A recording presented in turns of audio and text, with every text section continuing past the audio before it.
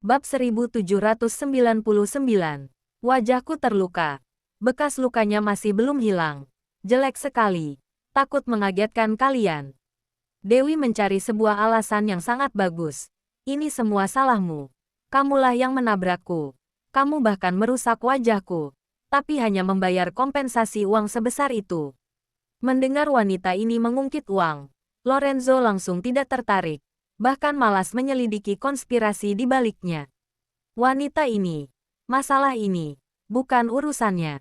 Lorenzo mulai makan. Setelah makan sedikit, kemudian minum obat. Dari baunya, obat ini sudah pasti terasa pahit. Dia memegang mangkuk, mengerutkan alisnya. Habiskanlah dalam satu teguk. Semangat. Meskipun Dewi tidak melihatnya, tapi dia tahu Lorenzo sedang bergumul. Saat itu, dia sedang memunggunginya. Diam-diam memakan makanan di atas meja. Maskernya terbuka. Salah satu tangannya diletakkan di atas meja, sehingga bisa menariknya kapan aja. Lorenzo menghirup napas dalam-dalam, menutup mata, lalu meminum obatnya dalam satu teguk. Setelah menelannya, dia hampir memuntahkannya. Tapi tanpa sadar dia meniru cara Dewi. Menahan mulutnya, memaksakan diri untuk menelannya. Kemudian, dia mengambil tisu dan mengelap mulutnya, lalu mencari permen ke seluruh kamar. Nih, Dewi memberikan permen yang sudah dibuka bungkusnya. Saat itu, dia sudah memakai maskernya. Lorenzo menerima permennya dan memasukkannya ke dalam mulutnya. Lalu berbaring di atas kasur. Menyadari Dewi tidak keluar. Dia memarahinya. Kenapa kamu masih belum keluar? Aku harus berjaga-jaga dulu di sini. Dewi mengutak-atik kotak obatnya. Kalau malam ini kamu demam lagi bagaimana? Lorenzo tidak mempedulikannya. Dia berteriak ke arah luar. Jasper. Baik. Jasper segera masuk. Tuan. Berjaga-jagalah. Perintah Lorenzo. Baik. Jasper melirik Dewi. Berjaga-jaga di satu sisi dengan hati-hati. Dewi tidak dapat berkata-kata. Dia hanya ingin memanfaatkan kesempatan ini untuk mengambil kalung itu. Tidak disangka pria ini begitu waspada. Tidak. Dia mungkin bukannya ingin mencegahnya mencuri barang, tapi ingin mencegahnya untuk mengambil keuntungan darinya. Memikirkan hal ini, Dewi sedikit marah. Dengan penuh amarah dia memelototi pria di atas kasur itu. Tabib Dewi, apa tuan malam ini tidak akan demam lagi? Tanya Jasper dengan suara pelan. Tidak tahu. Dewi menyadari malam ini dia tidak bisa bertindak. Dia bangkit dan pergi. Jaga dia baik-baik. Kalau panasnya mencapai 39 derajat, panggil aku. Baiklah, Jasper melihatnya pergi. Menggeleng dengan tidak berdaya. Di dalam hati dia berpikir, wanita ini memang ingin mencari perhatian tuan. Melihatnya ada di sini, dia merasa tidak akan mendapat kesempatan. Lalu langsung mencari alasan dan keluar. Dewi kembali ke ruangannya. Sedang bersiap mengeringkan rambut. Tiba-tiba terdengar ketukan pintu dari luar. Dia pergi membukanya.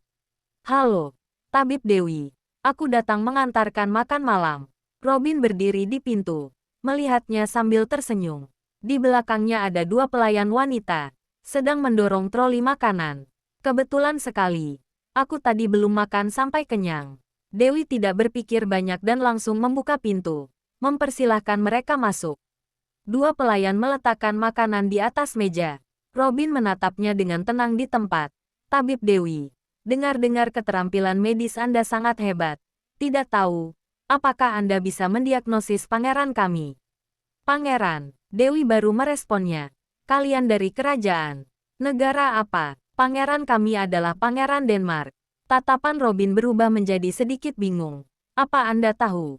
Bagaimana aku bisa tahu? Kata Dewi tanpa berpikir. Dia sakit apa? Waktu kecil pangeran mengendarai kuda. Kedua kakinya patah. Selalu duduk di kursi roda. Robin berhati-hati mengamati responnya. Sebelumnya kami memanggil seorang tabib hebat dari negara Nusantara. Dia bilang, ada harapan untuk sembuh.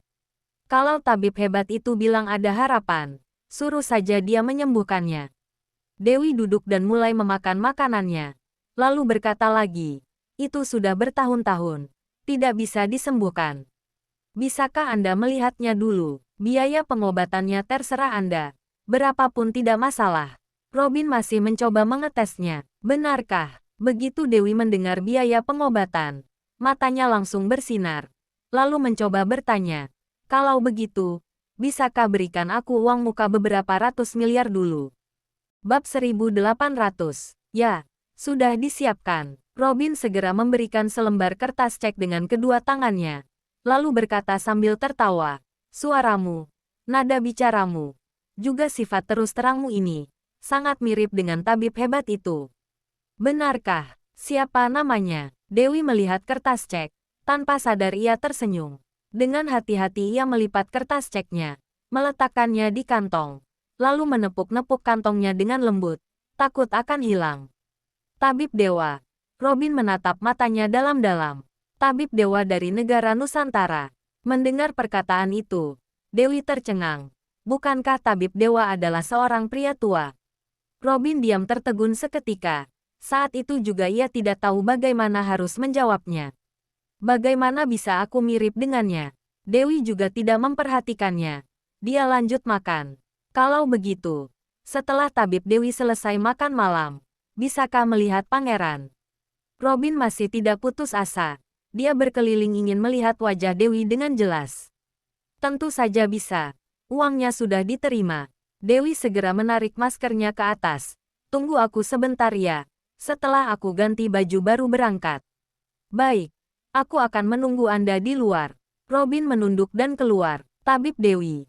Apa Anda butuh pelayan kami untuk mengganti baju? Dua pelayan wanita bertanya dengan sopan. Tidak perlu. Aku sendiri saja, kata Dewi. Aku mau mengeringkan rambut. Mungkin butuh waktu setengah jam. Tidak apa-apa. Anda pelan-pelan saja. Pelayan wanita memberi hormat padanya. Kemudian menundukkan kepala dan pergi. Dewi merasa aneh. Mengapa orang-orang kerajaan ini begitu hormat padanya? Selain itu, pelayan Robin itu seperti ingin melihat wajahnya dengan jelas. Secara logika, dia hanyalah seorang pelayan biasa. Kelihatannya level Robin sangat tinggi. Jasper sangat sopan berbicara dengannya. Tapi kenapa sikapnya padanya begitu hormat? Sikapnya itu bisa dikatakan lebih baik dari Lorenzo. Mungkin penyakit pangeran mereka tidak ringan. Sampai menunggunya untuk menyelamatkannya. Dewi tidak berpikir panjang. Dia lanjut makan. Setelah makan beberapa suap, dia mulai mengeringkan rambutnya. Lagi-lagi muncul rasa sakit yang hebat dari luka di bagian belakang kepalanya. Seperti ada jarum yang menusuk kepalanya dengan keras, sehingga sakit seperti kepalanya akan terbelah. Dia minum sebutir obat penghilang rasa sakit, mengganti baju, lalu mengambil tas medis dan keluar ruangan. Tabib Dewi. Robin menunggu di luar. Melihat Dewi, dia segera membungkuk dan menyambutnya. Dewi mengikuti mereka pergi menemui Pangeran Willy. Sebelum pergi, dia berkata kepada Kelly, "Kelly, bilang Jasper, aku akan kembali dengan cepat." Baik, Kelly bergegas masuk dan melaporkan situasi pada Jasper. Baik, pergilah. Jasper tidak berkata banyak, hanya saja tatapannya sedikit bingung. Dia baru saja menanyakan tentang tabib dewa pada Robin. Robin terus menghindari topik tersebut, menolak memberinya petunjuk, tapi dia malah mendesak dan menanyainya tentang Dewi. Dia merasa sangat aneh. Kalau itu adalah masalah yang berbeda, mereka tidak mau mengungkapkannya juga tidak masalah. Tapi Tuan dan Pangeran Willy telah bekerja sama bertahun-tahun. Hubungannya sangat erat. Hanya seorang tabib, dan juga tidak ada konflik apapun. Kenapa mereka menghindarinya? Kenapa dia begitu tertarik pada Dewi? Lorenzo meminum obat. Ia tertidur dengan cepat. Jasper mengukur suhu tubuhnya. Sudah mulai stabil. Dia tidak berpikir panjang lagi. Lebih baik menunggunya tenang dulu. Saat ini, Robin seharusnya sudah membawa Dewi pergi menemui Pangeran Willy. Kemampuan medis Dewi yang tidak terampil itu, bagaimana mungkin bisa menyembuhkan kaki Pangeran Willy? Dipikir-pikir, mereka mungkin sudah hampir putus asa. Pangeran, tabib Dewi sudah datang. Robin melaporkannya dari luar ruang kerja. Cepat masuk. Suara Pangeran Willy sangat merdu, seperti angin semilir. Robin membawa Dewi masuk. Dewi melihat orang yang duduk di atas kursi roda itu. Tak terduga, ada sebuah perasaan familiar yang sulit dijelaskan. Dewi. Pangeran Willy melihat Dewi. Dengan semangat dia memanggil namanya. Dewi tercengang. dan menatapnya dengan terkejut. Bagaimana dia mengetahui nama ini? Mungkinkah ini benar-benar namanya? Dewi, apa ini benar-benar kamu? Pangeran Willy memutar kursi rodanya dan menghampiri. Dengan bersemangat dia menarik tangan Dewi dan bertanya. Kapalnya meledak. Mereka semua bilang kalau kamu sudah meninggal. Aku langsung bergegas ke sana untuk mencarimu. Bab 1801. Seketika itu juga, ada getaran kecil di hati Dewi. Ternyata, dia adalah orang yang hebat. Lorenzo mencari tabib dewa ke sana kemari. Padahal sebenarnya dia ada di sisinya. Tapi dia tidak tahu. Tidak, dia begitu hebat. Biaya pengobatannya harus dilipat gandakan. Dewi, suara panggilan Pangeran Willy memutuskan pikiran Dewi. Ingatan Dewi masih belum kembali. Tetapi dia sudah percaya dengan identitasnya sendiri. Hanya saja, untuk membalas penuh kasih dari Pangeran Denmark ini, dia masih belum terbiasa. Dewi menarik tatapannya, tertawa kepadanya dengan canggung. Pangeran, kamu mungkin tidak menyukaiku kan? Hah, Pangeran Willy tertegun seketika, lalu tersadar dan tertawa. Di malam sebelum kamu pergi, aku mengakui perasaanku padamu. Kamu juga merespons seperti ini. Benar, benar, Robin tertawa sambil mengangguk. Saat itu pangeran agak malu. Hanya terbata-bata dan tidak mampu mengutarakan. Kemudian kamu langsung bertanya seperti itu. Membuat pangeran sangat terkejut. Wajah Pangeran Willy memerah. Memandang Dewi penuh dengan perasaan yang dalam. Tetapi Dewi tidak terpikat sama sekali. Sebaliknya ia mengernyit sedih. Aku tidak mengingatmu. Juga tidak merasa berdebar sedikit pun. Seharusnya dulu aku tidak menyukaimu. Hanya menganggapmu teman saja. Mendengar perkataannya yang lugas, Pangeran Willy tertegun. Robin pun menunduk. Di malam hari itu, ketika Pangeran Willy mengakui perasaannya, Dewi tidak sempat membalas. Ia menerima telepon misterius. Kemudian langsung kembali ke kamarnya. Sejak dia pergi, Pangeran Willy selalu menunggu balasannya. Tetapi dia tidak pernah membalas. Beberapa hari kemudian, dia menerima kabar tentang meledaknya kapal pesiar. Dia sangat khawatir. Tanpa mempedulikan nasihat keluarganya, dia pergi ke Las Vegas untuk mencarinya. Malam ini akhirnya dia kembali. Tapi tidak disangka ternyata sikapnya seperti ini. Ah, Dewi menggaruk-garuk kepalanya. Dia berkata dengan perasaan tidak enak. Maaf ya, aku ini. Bicaranya tidak menyaring dulu.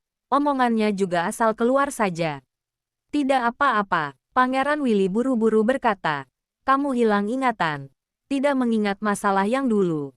Bagimu, aku hanyalah orang asing. Sangat normal berpikir seperti itu. Aku paham. Tapi, benar, paham. Robin melanjutkan berulang-ulang. Masih ada banyak waktu. Jangan terburu-buru.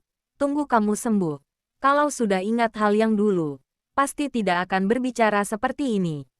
Benarkah? Dewi mengerutkan alisnya menatap Pangeran Willy. Tapi aku merasa, kalaupun hilang ingatan, seharusnya ada perasaan terhadap orang yang dicintai. Tapi terhadapmu aku tidak. Tabib Dewi. Tabib Dewi. Robin buru-buru memotong pembicaraan Dewi. Kita jangan membicarakan hal ini dulu sekarang. Memikirkan cara mengobatimu saja. Aku akan segera mengatur Dr. Heidi untuk menyembuhkan Anda. Tidak perlu. Dewi buru-buru menolak. Dia hanya punya keyakinan 50%. Aku tidak bisa bertaruh. Tapi dokter tidak bisa menyembuhkan dirinya sendiri. Kamu juga tidak bisa menyembuhkan dirimu sendiri. Pangeran Willy sangat meremehkannya. Di pikiranku masih ada satu orang. Aku rasa dia seharusnya bisa membantuku. Kata Dewi sambil berpikir. Intinya, masalah ini biar aku selesaikan sendiri. Tapi, selain bantuan itu, masih ada satu hal lain. Aku mohon pada kalian. Dewi berubah menjadi serius. Katakanlah, Willy buru-buru mengangguk. Apapun itu, aku bisa membantumu. Identitasku, dan juga hubunganku denganmu. Jangan sampai Lorenzo dan orang-orangnya mengetahuinya. Dewi sangat lugas. Memberitahukan. Kenapa? Robin sedikit heran. Tidak apa-apa. Aku hanya tidak ingin mereka tahu. Dewi benar-benar tidak mencari alasan. Oke. Aku mengerti. Pangeran Willy mengangguk tanpa ragu-ragu. Lalu memerintahkan Robin. Ikuti perintahnya. Baik, Pangeran. Robin segera menundukkan kepala. Bab 1802. Kalau tidak ada apa-apa lagi, aku pergi dulu. Dewi mengangkat tas medisnya, lalu berbalik dan pergi. Dewi, Pangeran Willy masih ingin menahannya. Bisa tetap di sini sebentar lagi. Tidak bisa. Lorenzo sedang demam. Aku harus kembali mengobatinya. Dewi langsung berkata, oh ya, kakimu. Bisa disembuhkan. Tapi aku harus berpikir dulu caranya. Setelah aku ketemu, baru kita bicarakan lagi ya. Setelah berbicara, dia juga mengembalikan kertas ceknya pada Robin. Setelah aku mulai menyembuhkannya baru aku terima uangnya. Tidak apa-apa. Tabib Dewi, pegang saja dulu uang ini. Kalau kurang, katakan padaku kapan saja. Ini bukan dari hasil usahaku. Aku tidak mau. Dewi memasukkan kertas cek itu ke dalam tangan, lalu langsung pergi. Pangeran Willy melihat punggungnya. Ia merasa putus asa. Robin buru-buru menghiburnya. Pangeran, jangan khawatir. Tabib Dewa. Ah, bukan. Tabib Dewi seperti itu karena lupa mengingat. Tunggu dia sembuh. Pasti dia akan bersikap sama pada Anda seperti dulu. Ya, Pangeran Willy mengangguk. Benar, itu pasti. Tapi Tuan Lorenzo di sana, kami sepertinya akan sulit untuk mencapainya. Robin sedikit tidak enak. Barusan Jasper terus menanyakan tentang Tabib Dewa. Aku mengikuti perintah Pangeran. Menghindari pembicaraannya. Aku rasa dia sudah curiga. Lagi pula, berdasarkan hubungan Anda dengan Tuan Lorenzo, seharusnya tidak ada yang disembunyikan. Apakah mereka akan merasa kalau kita punya motif tersembunyi? Tidak akan sampai seperti itu. Pangeran Willy tertawa. Mereka ingin mencari Tabib Dewa. Seharusnya untuk menyembuhkan Tuan Lorenzo. Hanya saja dia tidak tahu kalau orang itu adalah Tabib Dewa. Bagaimanapun, Tabib Dewa memang sedang menyembuhkan Tuan Lorenzo. Tidak akan mempengaruhi kondisinya. Jadi kita tidak perlu terlalu memikirkan hal ini. Benar juga, Robin mengangguk. Kalau begitu lain kali. Kalau Jasper bertanya padaku, aku akan langsung berkata, keterampilan medis Tabib Dewi sangat tinggi, agar mereka tenang menerima pengobatannya. Ya, Pangeran Willy mengangguk. Tabib Dewa selalu rendah hati, tidak suka orang lain mengetahui identitasnya yang sebenarnya. Jadi di awal saat dia memberikanku penangkal racun, awalnya ada 3 perjanjian, yaitu meminta kita untuk menjaga rahasianya. Lalu, bagaimanapun juga dia berhubungan dengan keselamatan nyawa banyak orang. Terkadang musuh tidak bisa menyentuh orang tersebut, sehingga harus bermusuhan dengannya, seperti kejadian kapal pesiar itu. Robin terlihat sangat khawatir. Di dalam kapal pelayaran itu awalnya ditujukan untukku. Orang yang melakukannya mengira, jika Tabib Dewa dihilangkan, aku tidak akan bisa sembuh. Seumur hidup duduk di kursi roda, juga tidak akan bisa mewarisi tahta. Memikirkan hal ini, Pangeran Willy berubah menjadi dingin. Dari kecil hingga besar, aku menanggung pelanggaran, mendapat kekangan di mana-mana, tapi mereka tetap tidak mau melepaskanku. Mungkin seperti kata ibu, menghindar tidak akan menyelesaikan masalah. Harus menjadi kuat, barulah bisa melindungi diri sendiri dan keluarga. Robin mengingatkan dengan suara lembut. Benar, Pangeran Willy mengangguk dengan kuat. Aku harus menjadi kuat. Melindungi Dewi dengan baik, juga membuat orang-orang itu tahu kalau aku tidak mudah ditindas. Oleh karena itu, memenangkan hati Tuan Lorenzo adalah pilihan terbaik kita. Robin kembali membahas topik ini. Kita tidak boleh menyinggungnya. Aku tahu. Besok aku akan menjelaskannya sendiri. Willy mengangguk, memutar matanya dan melihat ke arah pintu. Entah kapan Dewi akan mengingatku. Dewi kembali ke ruangannya, bersiap untuk istirahat. Tiba-tiba Kelly datang mencarinya. Tabib Dewi, demam Tuan sudah mencapai 38,8 derajat. Siapkan kotak obat. Dewi bergegas pergi ke ruangan Lorenzo. Pertama-tama dia memeriksa suhu tubuhnya, kemudian segera memberikan obat. Setelah melakukan serangkaian operasi, Dewi langsung bertanya pada Jasper, apa sebenarnya obat kimia yang kalian berikan pada ular berbisa itu? Sampai racunnya bermutasi terus-menerus. Saat ini kami tidak bisa menjelaskannya. Hanya bisa menerima resepnya Anda. Ekspresi Jasper sangat khawatir. Bagaimana keadaannya sekarang? Apa yang sangat parah? Bab 1803. Lebih buruk dari yang aku bayangkan. Dewi melihat wajah Lorenzo yang pucat. Alisnya berkerut. Aku meremehkan racun ini. Racunnya sekarang tidak berhenti bermutasi di dalam tubuhnya. Hah, kenapa bisa seperti ini? Jasper terkejut hingga wajahnya pucat pasi. Jadi, harus bagaimana? Harus cepat kembali. Dewi berbicara dengan yakin. Apa ular berbisa yang menggigitnya itu masih ada? Ada. Jasper mengangguk. Dikurung di dalam laboratorium. Laboratorium. Ekspresi Dewi berubah. Kalian sedang melakukan eksperimen terhadap binatang-binatang itu. Mengenai masalah ini, aku tidak bisa menjelaskannya padamu sekarang. Jasper menutup-nutupi hal penting itu. Kamu juga tidak boleh tahu terlalu banyak. Jangan bertanya lagi. Oke. Aku juga tidak mau Banfak bicara. Dewi berkata dengan dingin. Intinya cepatlah kembali. Atau penyakitnya akan berkembang semakin serius. Kalau saat itu tiba, jangankan aku, dewa pun tidak akan bisa menyelamatkannya. Tapi, kenapa kamu sebelumnya tidak bilang? Jasper khawatir. Kalau tahu dari awal, mana ada kemungkinan sebanyak itu? Dewi marah. Aku ini tabib, bukan dewa. Tidak bisa memprediksi semuanya. Meskipun aku tahu racun ini adalah kombinasi dari hewan dan obat biokimia, tapi aku juga tidak menyangka akan bermutasi. Ini sudah melampaui lingkup pengetahuan seorang tabib.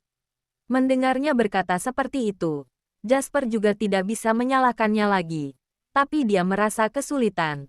Besok malam ada satu pesta yang sangat penting. Tuan dan pangeran harus pergi menghadirinya bersama. Takutnya Tuan tidak akan setuju untuk kembali saat ini. Nyawa yang penting. Atau pesta sialan itu yang penting. Dewi berteriak dengan geram. Sekarang. Saat ini juga. Segera siapkan mobil. Kembali ke gunung. Aku akan mengetes darah ular. Untuk mencampurkan obat lagi butuh waktu. Tidak bisa ditunda. Tapi, Jasper sangat gelisah. Tidak tahu harus berbuat apa. Besok malam. Baru kembali. Tiba-tiba, muncul sebuah suara yang lemah. Jasper menoleh. Buru-buru menyambutnya. Tuan, Anda sudah bangun. Kamu sudah mendengar semuanya. Dewi mengernyit menatapnya. Apa kamu tahu seberapa serius masalahnya? Aku tahu. Lorenzo perlahan-lahan membuka matanya.